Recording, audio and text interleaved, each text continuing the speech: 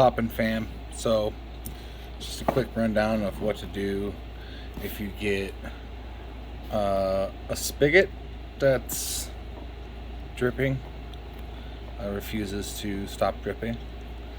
So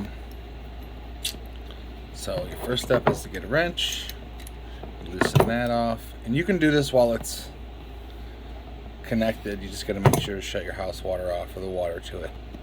So you unscrew this, and then you loosen it, and then it's going to backlog. Please read backdated mail. The rest of the way. And then what you have in here is two gaskets. So we're going to take this off so we can get at the other gasket. Okay, so this gasket is your gasket that closes your valve. Sometimes these can get dry and brittle, and you just get a new one. And then this gasket is to keep it from leaking out of the top of your valve when it's tightened shut. Ooh, the other way around. But basically that just compresses down and creates a tight seal. That will screw in. There's usually like a couple of threads, so that screws in just a little bit. And then screw your cap down, and again, like that just comes off the same way as the other one. You just pop it off.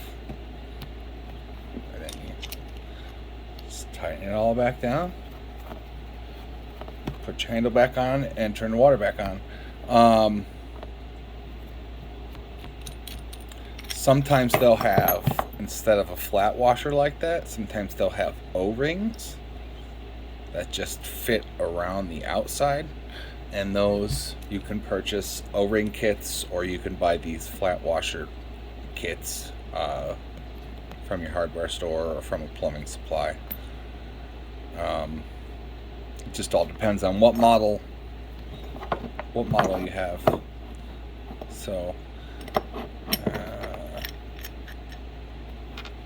if interested, I can go more in depth on these sort of topics.